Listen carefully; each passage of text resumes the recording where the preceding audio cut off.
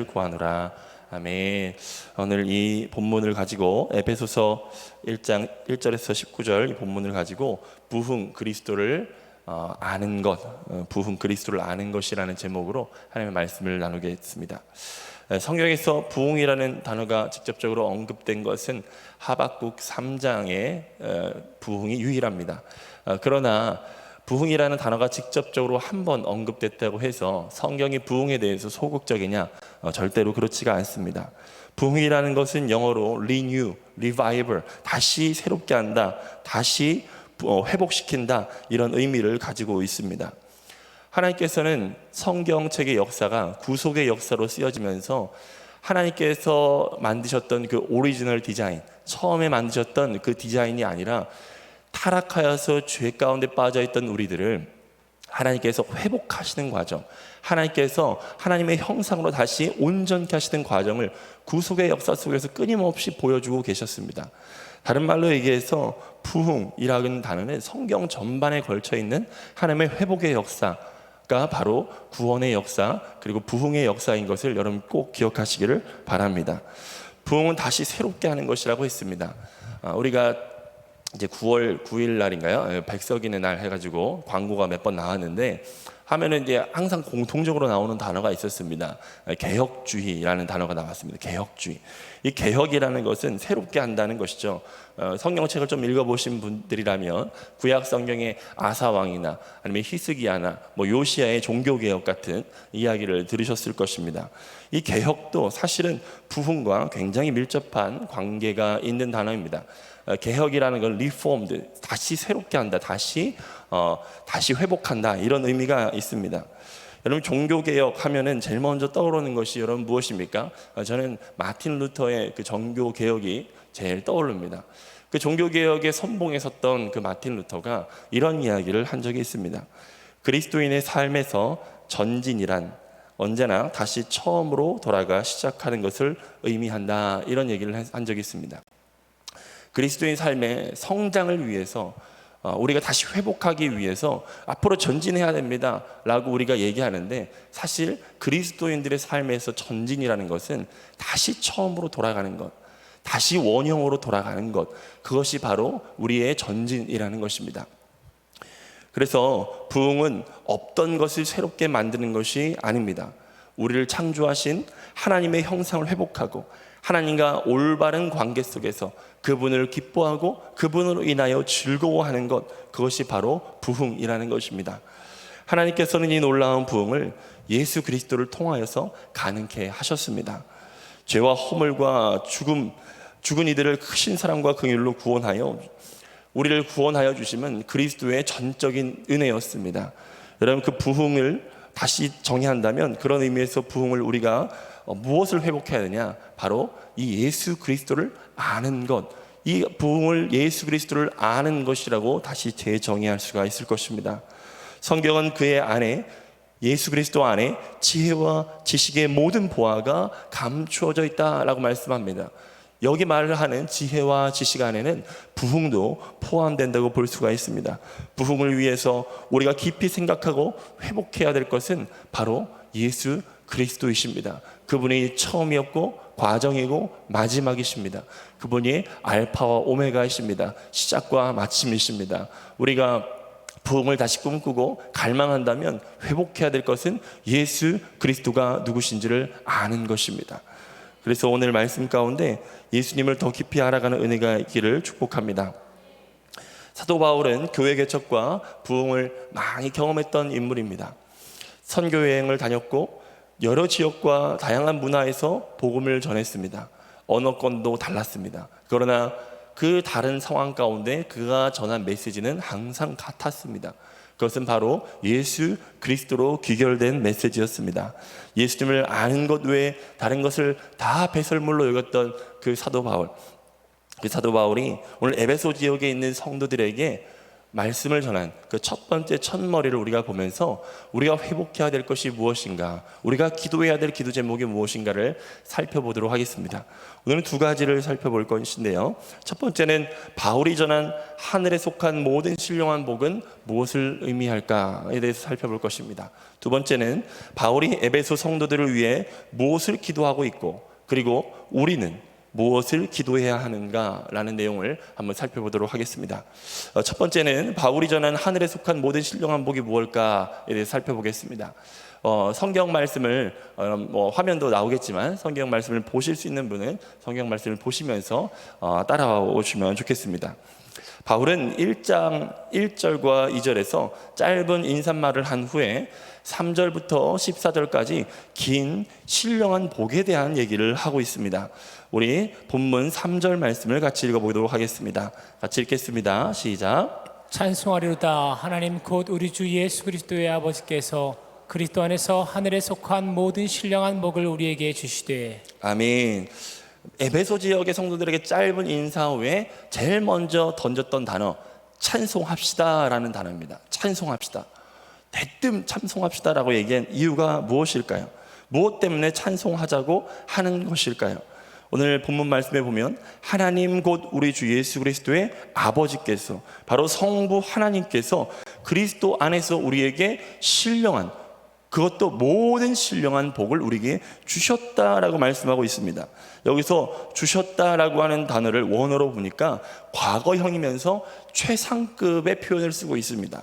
무슨 말이냐면 복을 주시긴 했지만 다 주지는 않았고 조금 모자란 복이 아니라 과거에 완료된 복이요, 최상의 복을 우리에게 주셨다라고 주님께서는 말씀하고 있는 것입니다.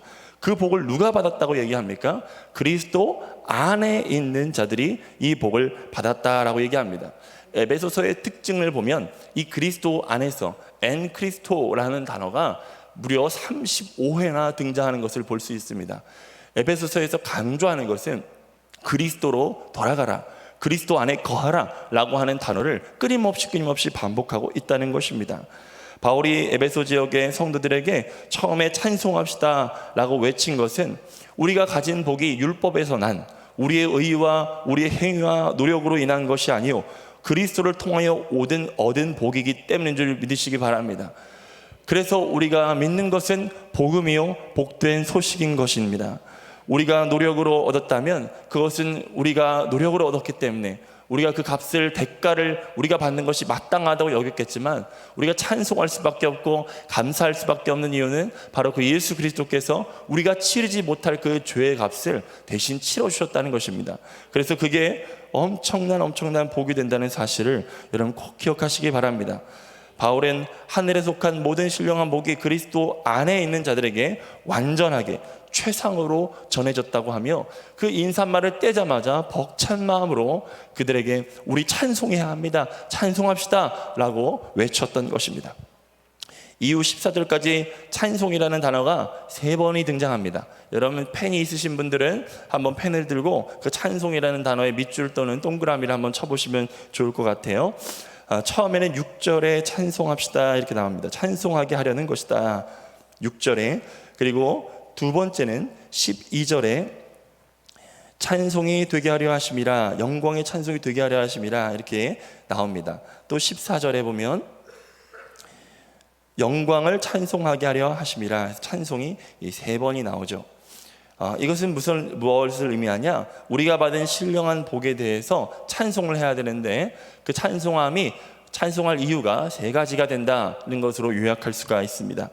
우리가 받은 신령한 복으로 인해 찬송해야 될 첫 번째 것은 3절부터 6절까지의 내용에 나옵니다. 우리 같이 한 절씩 읽어보겠습니다. 3절부터 6절까지 같이 읽습니다. 시작. 찬송하리로다. 하나님 곧 우리 주 예수 그리스도의 아버지께서 그리스도 안에서 하늘에 속한 모든 신령한 복을 우리에게 주시되 곧 창세전에 그리스도 안에서 우리를 택하사 우리로 사랑 안에서 그 앞에 거룩하고 흠이 없게 하시려고 그 기쁘신 뜻대로 우리를 예정하사 예수 그리스도로 말미암아 자기의 아들들이 되게 하셨으니 이는 그가 사랑하시는 자 안에서 우리에게 거저 주시는 바 그의 은혜의 영광을 찬송하게 하려는 것이라. 아멘. 여러분 첫 번째는 하나님 자녀됨의 복을 로 인하여서 우리가 찬송해야 된다라고 얘기하고 있습니다. 이 단락의 주어는 3절에 나오는 하나님, 다른 말로 성부 하나님께서 창세전에 우리를 택하셔서 예수 그리스도로 말미암아 자기 아들이 되게 하신 것을 인하여 그 은혜로 말미암아 우리는 찬송해야 합니다라고 얘기하고 있는 것입니다. 여러분, 부흥이 일어날 때 회복되는 것이 무엇인 줄 아십니까? 바로 은혜에 대한 감각입니다. 은혜에 대한 감각. 하나님을 처음 만났을 때 우리가 격한 감정과 감격 가운데 하나님을 찬양하고 감격하는 이유, 바로 이 은혜에 대한 감각이 깨어나는 것인데, 다른 말로 얘기해서 우리가 받을 수 없는 그 사랑과 그 받을 수 없는 정말 놀라운 은혜를 우리가 받았다는 것을 깨닫게 되는 순간입니다. 그래서 은혜 받은 사람들을 보면 성경책을 읽는 것이 너무나 즐겁고, 예배를 드리는 것이 너무나 행복하고, 찬양을 드릴 때 그 모든 가사가 나의 노랫말처럼, 나의 고백처럼 들리는 이유가 그 은혜의 감각이 깨어나기 때문입니다. 이 은혜의 감각을 그런데 무디게 하는 것이 무엇입니까? 바로 상대평가라는 것입니다. 상대평가. 상대방과 나의 경제 사회적 수준을 비교하면서 주께서 주신 것을 감사하지 않도록 만드는 것, 그것이 바로 상대평가고, 이 은혜에 대한 감각을 빼앗아 버리는 것입니다. 하나님의 자녀됨의 복이 얼마나 큰데도 불구하고 그 복보다 세상적으로 보이는 복을 더 적게 만들고, 그것이 얻어지지 않으면 나는 불행한 존재다 라고 생각하는 그런 어처구니 없는 우리를 범하는 우리들을 보게 됩니다. 세상의 가치 기준뿐만이 아니라 선한 일을 할 때에도 우리는 상대평가에 빠져서 누구의 은사는 더 고귀한 것인 것처럼, 누구의 은사는 덜 고귀한 것인 것처럼, 하나님께서는 각 지체마다 각 모양대로 하나님의 몸을 세워가라고 말씀하셨는데, 선한 일을 하면서도 우리는 남들한테 칭찬받고 존경받기 위하여서 선한 일 가운데도 상대평가에 아파하는 경우들을 보게 됩니다. 하나님의 자녀가 됐다는 의식을 잃어버렸다는 것이죠. 우리가 받은 그 엄청난 복을, 그 은혜를, 그 감각을 잃어버렸다는 것을 의미합니다. 여러분, 에베소 지역은 인구가 30만의 소아시아 최대 도시이고 로마 제국의 5번째 손에 꼽히는 도시 중에 하나였습니다.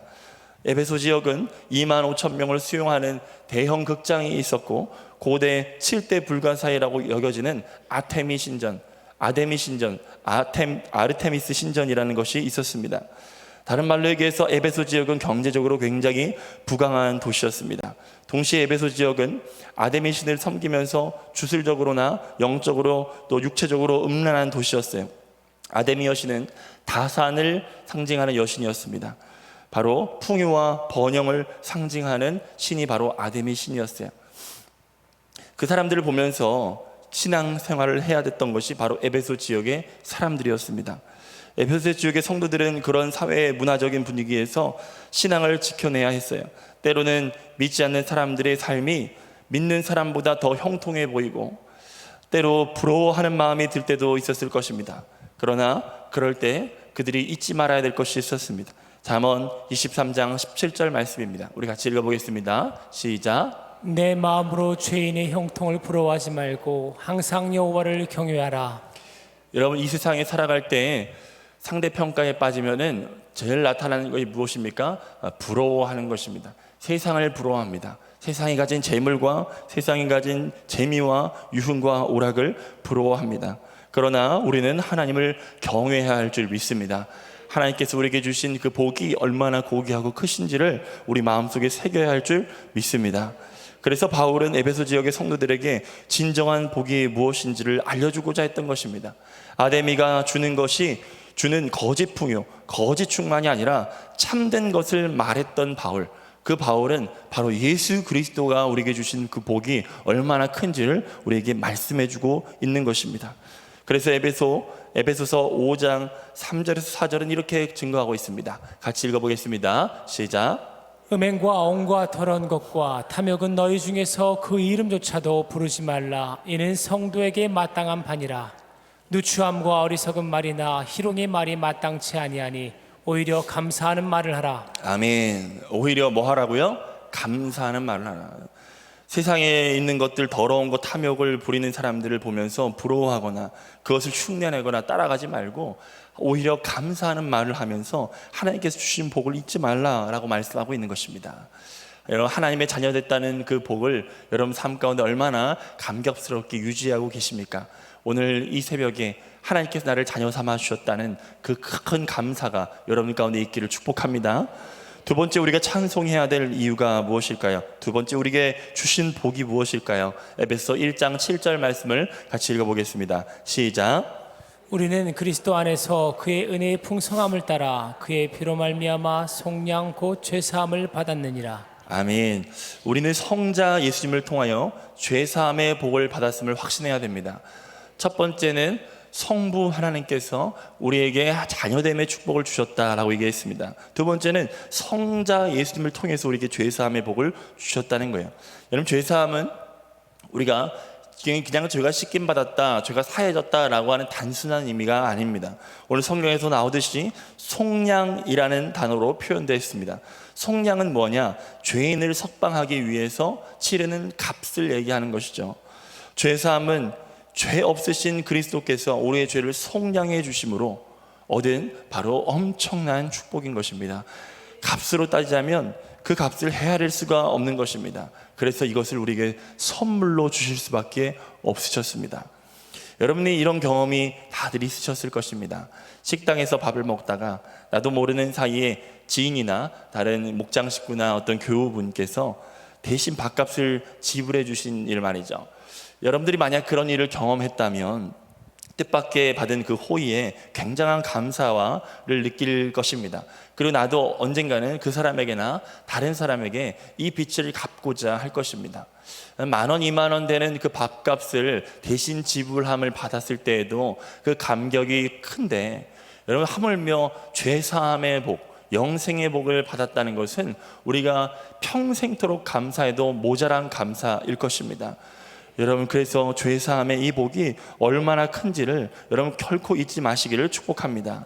죄사함은 그저 우리의 죄를 가려주셨을 뿐 아니라 그리스도 안에서 우리를 기업으로 삼아주셨다라고 표현하고 있습니다. 죄를 그냥 용서해줬고 그냥 내가 눈 감아줬어 라는 차원이 아닌 것입니다. 죄사함은 오늘 11절 말씀, 그 두 번째 찬송의 마지막 부분인데요, 11절 말씀을 같이 읽어보겠습니다. 시작. 모든 일을 그의 뜻에 결정대로 하시는 이의 계획을 따라 우리가 예정을 입어 그 안에서 기업이 되었으니. 그 안에서 뭐가 되었다고요? 기업이 되었다. 이건 무슨 얘기냐?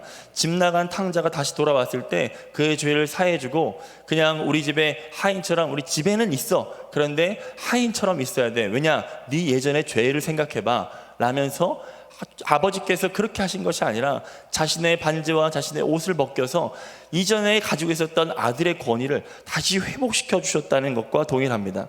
우리가 장자권에서 많이 선포하는 내용이 있지 않습니까? 하나님께서 우리를 상속자로 삼아 주셨는데 그냥 저 천국에 저 귀퉁배기에 있는 상속을 주신 것이 아니에요. 어떤 상속을 우리에게 주셨다고요? 그리스도와 함께 받은 상속을 우리에게 주셨다는 것입니다. 여러분 기업을 얻었다는 것은 세번역 성경에 보면은 우리를 상속자로 삼아 주셨다라는 의미입니다. 죄사함의 복은 바로 이런 엄청난 복을 그 안에 포함하고 있습니다. 여러분 우리가 죄사함을 받았다는 것은 그냥 단순히 천국행 티켓을 받은 것을 의미하는 것이 아닙니다. 그 피와 그 속량의 값이 얼마나 큰지를 여러분 묵상해 보시고 그 안에서 우리가 받은 감사를 다시 깨우시기를 축복합니다. 세 번째 우리가 받은 복, 우리가 찬송해야 할 이유는 성령으로 인침을 받았다는 복입니다. 우리 에베소 13절 14절을 같이 읽어보겠습니다. 시작. 그 안에서 너희도 진리의 말씀 곧 너희의 구원의 복을 듣고 그 안에서 또한 믿어 약속의 성령으로 인치심을 받았으니 이는 우리 기업의 보증이 되사 그 얻으신 것을 속량하시고 그의 영광을 찬송하게 하려 하심이라. 아멘. 첫 번째 복은 성부 하나님, 두 번째 복은 성자 예수님, 세 번째 복은 성령 하나님을 통하여서 우리에게 주신 복입니다. 하나님은 삼위일체로 각각 다르시지만 동일한 분으로서 역사하십니다. 하나님께서 예수님을 통하여서 성령으로 말미암아 우리에게 완전한 완벽한 복을 우리에게 주셨다고 말씀합니다. 성경 말씀에 보면 구원의 복음을 듣고 그 안에서 또한 믿어 약속의 성령으로 인치심을 받았다. 이는 우리 기업의 보증이 되사 그 얻으신 것을 속량하시고 그의 영광을 찬송하게 하려 하신다, 이렇게 말씀하고 있습니다. 성령을 통해서 우리에게 주신 복은 바로 인침을 주셨다는 것입니다. 인을 쳤다는 것은 왕의 인장으로 완전히 봉인하여서 아무도 변경하거나 변개할 수 없는 축복을 우리에게 주셨다는 것입니다. 확실한 복, 바꿀 수 없는 복을 바로 성령을 통해서 인침을 받았다는 것입니다. 여러분, 우리가 주변 사람들로부터 또는 스스로에게 질문이 들 때가 있습니다. 내가 구원받았다는 사실을 어떻게 확신할 수 있을까? 내가 구원받았다는 사실을 어떻게 우리가 믿을 수 있을까? 여러분, 바로 성령 하나님을 주목하면 우리가 알 수가 있습니다. 성령 하나님은 우리에게 오셔서 우리에게 하시는 여러 가지 역사들이 있는데, 그 중에 하나가 예수 그리스도를 주인으로 고백할 수 있도록 우리에게 역사하신다는 것입니다. 여러분들의 삶 가운데 정말 내가 주인이 아니라 나의 삶의 주인을, 나의 인생의 그 운전대를 주님께서 잡고 있으시다는 것을 정말 마음 깊숙이 고백하고 그것을 시인하는 영마다 하나님께서 그 안에 성령을 주셨다는 것을 여러분 결코 잊지 마시기를 바랍니다. 여러분, 로마서 8장 말씀해 보면 그리스도의 영이 없으면 그리스도의 사람이 아니라고 있습니다. 여러분들이 정말 그리스도인이라면 여러분 안에는 성령이 내주하고 계심을 믿으셔야 합니다. 그것은 엄청난 축복인 것입니다. 바로 하나님의 영, 그분의 영이 우리 가운데 오셔서 이 사람은 하나님의 자녀입니다, 죄사함을 받은 하나님의 상속자입니다 라는 것을 성령께서 인을 쳐주셨다는 것입니다. 그리스도 안에 거하는 자가 받는 하늘에 속한 이 신령한 복, 이 신령한 복은 성부 하나님, 성자 예수님, 성령 하나님께서 베푸신 은혜와 축복이었습니다. 교회의 건강도는 이 참된 진리, 어떻게 보면 기본적이고 어떻게 보면 너무나 식상해져 있는 이 복을 다시 깨우는 것이 바로 부흥의 단초가 된다는 것입니다. 여러분, 우리에게 망각되었던 그 감사, 우리에게 잊혀졌던 그 복에 대한 그 신비와 그 감사가, 그 감격이 여러분들 가운데 항상 있기를 축복합니다. 우리는 연약하여서 이 참된 진리를 잊어버리고 살 때가 많습니다. 때문에 사도 바울도 에베소 지역에 그 부흥하고 세상적으로 거짓 풍요와 거짓 부흥으로 치장되어 있는 그 에베소 지역에 사는 성도들에게 이것을 일깨워주면서 우리 기도해야 된다, 내가 너희를 위해서 기도하고 있다라고 말씀하고 있습니다. 이것을 한 번 들어서 아는 것으로는 충분하지가 않습니다. 기도함을 통하여서 우리 심령에, 우리 신비에 새겨야 된다는 것입니다. 그래서 둘째 우리가 살펴볼 내용은 바울이 에베소 성도들을 위해서 무엇을 기도하고 있는지 한번 살펴볼 것입니다. 그리고 우리는 무엇을 위해서 기도해야 될까 한번 살펴볼 것입니다. 우리 본문 17절부터 19절 말씀을 같이 읽어보겠습니다. 시작. 우리 주 예수 그리스도의 하나님 영광의 아버지께서 지혜와 계시의 영을 너희에게 주사 하나님을 알게 하시고 너희 마음의 눈을 밝히사 그의 부르심의 소망이 무엇이며 성도 안에서 그 기업의 영광의 풍성함이 무엇이며 그의 힘의 위력으로 역사하심을 따라 믿는 우리에게 베푸신 능력의 지극히 크심이 어떠한 것을 너희에게 알게 하시기를 구하노라. 아멘. 여러분, 사도 바울의 기도가 긴 것처럼 보여도요, 한마디로 요약할 수가 있습니다. 바로 알게 하소서라는 겁니다. 알게 하소서. 뭘 알까요? 바로 앞에 나왔던 열거했던 그 축복, 그 복에 대해서 알게 해달라고 얘기하고 있습니다. 네 가지로 정리할 수 있는데, 하나님을 알게 하소서, 부르심의 소망을 알게 하소서, 기업의 영광의 풍성함을 알게 하소서, 믿는 우리에게 베푸신 능력을 알게 하소서라고 얘기하고 있습니다.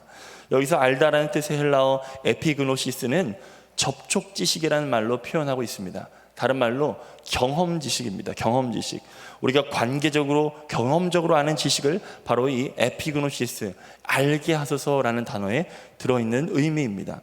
그래서 에베소 4장 13절에는 사도 바울은 이렇게 얘기합니다. 우리가 다 하나님의 아들을 믿는 것과 아는 일에 하나가 되어 온전한 사람을 이루어 그리스도의 장성한 분량이 충만한 데까지 이르게 하시리니, 이렇게 말씀하고 있습니다. 우리는 예수님이 어떤 분이신지 알게 해달라고 구해야 합니다.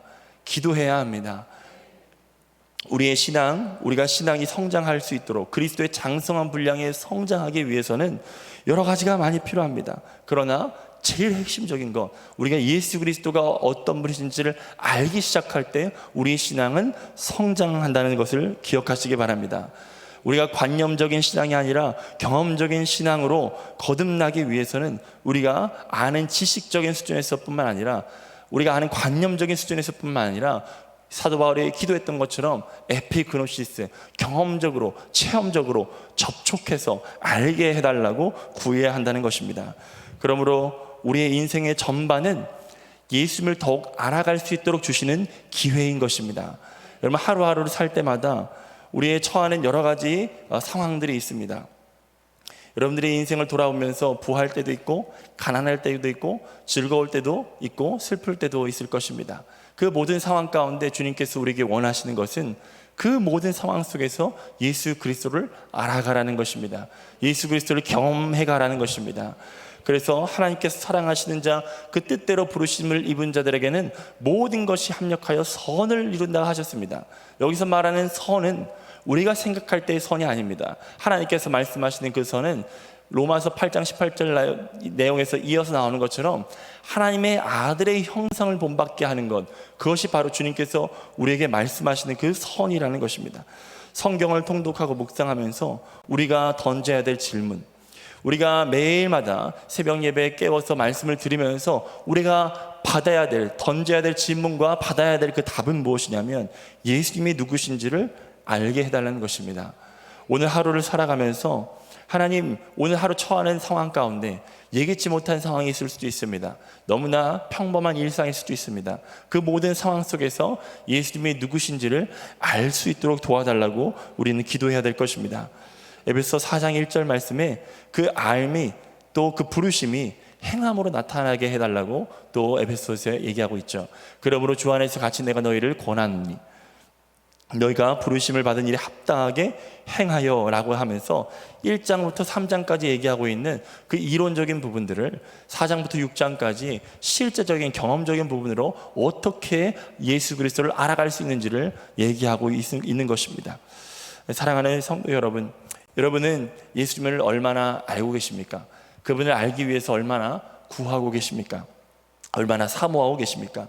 그리고 예수님을 아는 그 알미, 지식적이고 관념적인 알미 아니라 정말 경험적이고 또 여러분들의 주변 사람들에게 정말 간증할 수 있는 그런 알미 되고 계십니까? 예수님을 알게 해달라고 오늘 이 시간 구하기를 축복합니다. 성령의 역사가 필요합니다. 오늘 사도 바울이 에베소 지역에 있는 성도들에게 그 지식을 전달해 줄 뿐만 아니라 그들을 위해서 기도했듯이 우리는 기도하면서 성령께서 예수 그리스도가 누구신지를 선명하게 알 수 있게 해달라고 우리는 기도해야 할 것입니다. 오늘 하루를 시작하면서 다음의 말씀으로 서로를 축복했으면 좋겠습니다. 베드로후서 1장 2절 말씀인데요, 우리 같이 읽겠습니다. 시작. 하나님과 우리 주 예수를 알므로 은혜와 평강이 너에게 더욱 많을지어다. 우리 앞뒤자와 같이 이렇게 성경을 띄워주시고 우리 같이 인사하겠습니다. 하나님과 우리 주 예수를 알므로 은혜와 평강이 더욱 많은 삶을 사세요 라고 축복하겠습니다. 시작. 하나님과 우리 주 예수를 알므로 은혜와 평강이 더욱 많은 삶을 사세요. 아멘. 기도 제목 두 가지를 띄워주시기 바랍니다. 우리 기도 제목 읽으면서 같이 기도하겠습니다. 시작. 주여, 하늘에 속한 모든 신령한 복을 주셨음을 인하여 감사와 찬송을 올려드립니다. 이제까지 상대평가에 빠져 주께서 베푸신 것에 감사하지 못했음을 용서하여 주옵소서. 하나님의 자녀됨의 축복, 죄사함의 축복, 성령으로 인침을 받은 축복을 묵상하며 세상 속에서 흔들리지 않는 하늘 사람으로 승리하며 살게 하여 주옵소서. 주여, 하나님을 알게 하여 주옵소서. 나를 향한 부르심과 그 풍성한 상급을 알게 하여 주시옵소서. 우리에게 베푸신 능력이 얼마나 큰지를 알고 확신케 하여 주옵소서. 매일의 삶 속에서 우리의 믿음이 경험적으로 아는 지식이 될 수 있도록 우리 영혼을 깨워주시고 분별할 수 있도록 도와주옵소서.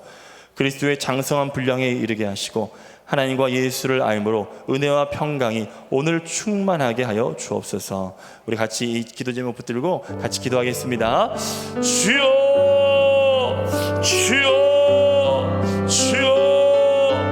하나님 아버지 감사합니다. 우리에게 이미 베푸신 완전하면서도 최상급으로 우리에게 베푸신 그 하늘에 속한 신령한 복을 우리에게 주셨음을 그것을 깨닫게 하심을 주님 감사합니다. 성부 하나님께서, 성자 예수님께서, 성령 하나님께서 완전하게 행하신 하나님 그 축복을 우리가 이 세상 속에서 하나님 받아 누릴 수 있도록 지금 도와주시고, 세상에서의 안개처럼 사라지는 하나님 그 헛되고 거짓된 축복, 그 거짓된 번영에 속지 않도록 도와주시옵시고, 악인의 형통을 보면서 부러워하지 않도록 주님 도와주시고, 여호와를 경외할 수 있도록 주님 도와주시옵소서. 주님께서 우리에게 베푸신 그 놀라운 축복과 은혜와 사랑이 얼마나 큰지를 주님 알고 묵상하면서 기도할 수 있도록 도와주시옵소서. 하나님, 우리는 연약하여서 보이는 것을 따라 살 때가 너무나도 많이 있습니다.